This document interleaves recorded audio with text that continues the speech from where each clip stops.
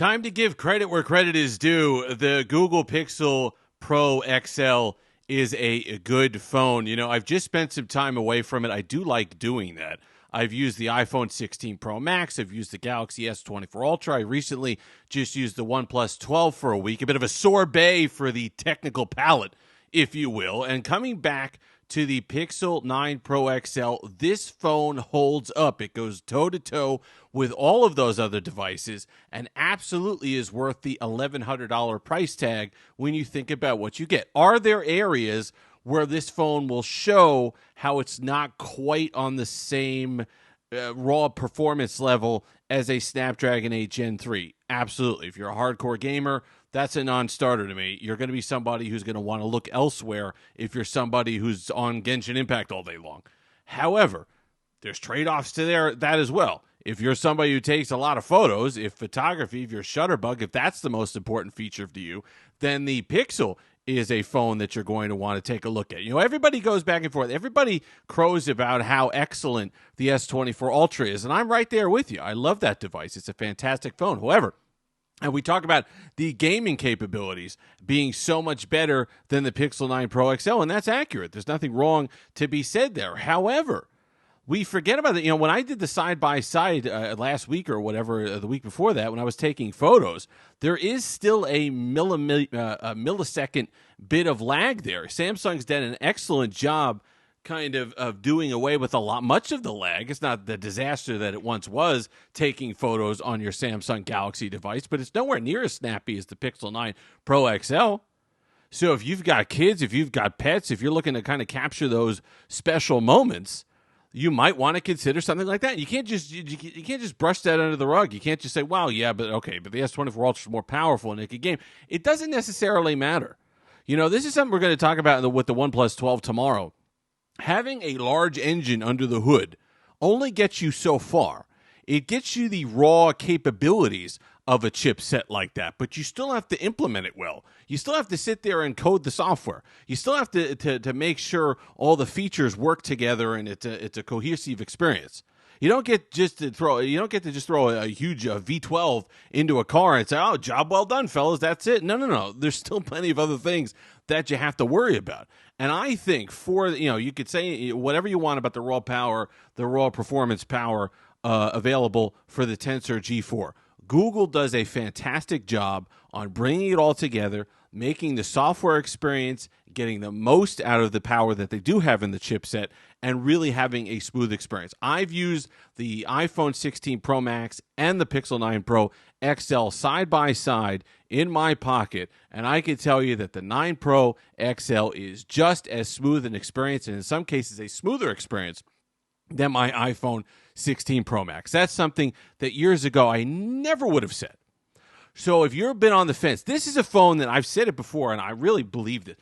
This is a phone that if you were a disgruntled Pixel owner from years past, you were one of those people who answered that survey, the customer satisfaction survey, and said, "You know what? I'm done with Pixel. I'm done with it. I had the Pixel 6. It was a disaster. I'm tired of the modem issues. I'm tired of the overheating. I'm tired of the fingerprint." All that stuff.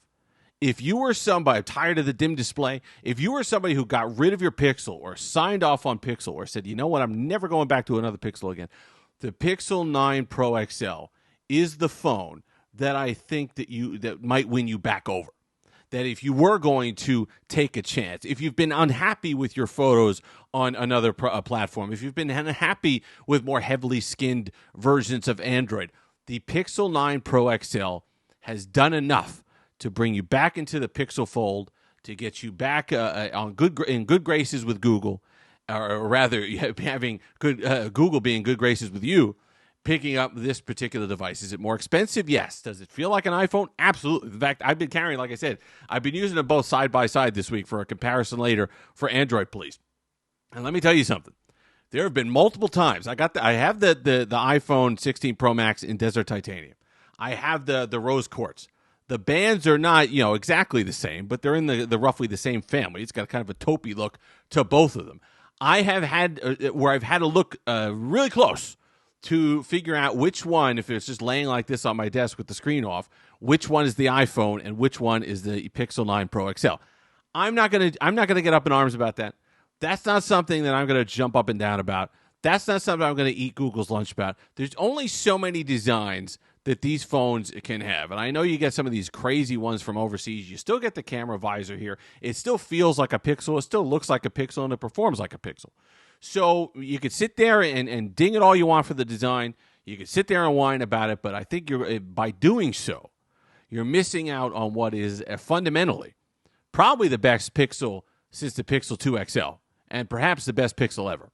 So as much as I understand the frustrations there, and as much as I would love to come on and just absolutely pull out my old playbook, right? I got a whole Rolodex of, if you kids remember that, I got a whole Rolodex of complaints that I usually could lodge against a Pixel device. Oh, the screen's too dim, and the software's not running well, and the fingerprint sensor stinks, and it's an optical fan, blah, blah, blah, all the rest of it. I could go down the line.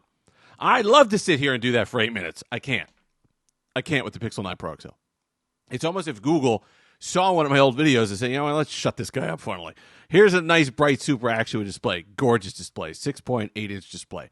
Here's the faster fingerprint sensor, more accurate and better fingerprint sensor, the ultrasonic fingerprint sensor. Here's a better modem. We're going to stop the overheating. We're going to give you enough power with the Tensor G4. And you sit there and say, wow, it's 16 gigs of RAM, but 4 gigs of that is AI, and I don't care about AI. You can sit there and do that. You can say, oh, UFS 3.1, old, slow storage. You're not going to notice most of that. Like I said, if you're a gamer, you're going to notice deficiencies with the Pixel 9 Pro XL. However, if you're picking up usually the argument is, well, I'm going to go with the Samsung S24 Ultra. I want the best of the best. Well, you're not getting the best camera experience.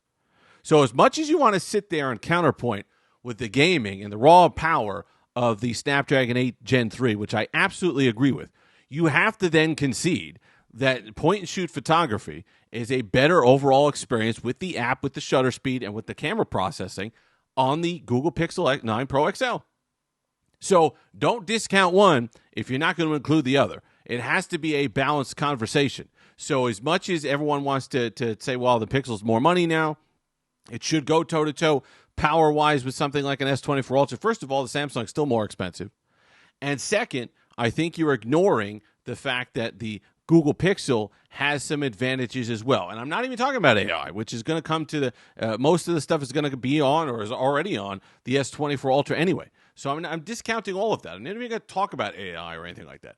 What I'm talking about is the day-to-day experience with this phone, and having just used the S24 Ultra, having just used the iPhone and still using the iPhone 16 Pro Max, and having just used the OnePlus 12 in quick succession, I can say that if you were to pick up this phone today, you would not feel like you are at a noticeable disadvantage to those other devices. And when we're talking about a Google Pixel phone, that's saying one heck of a lot. If you've made it this far, like, comment, subscribe, all that fun stuff. Until next time, have that Steve-licious day.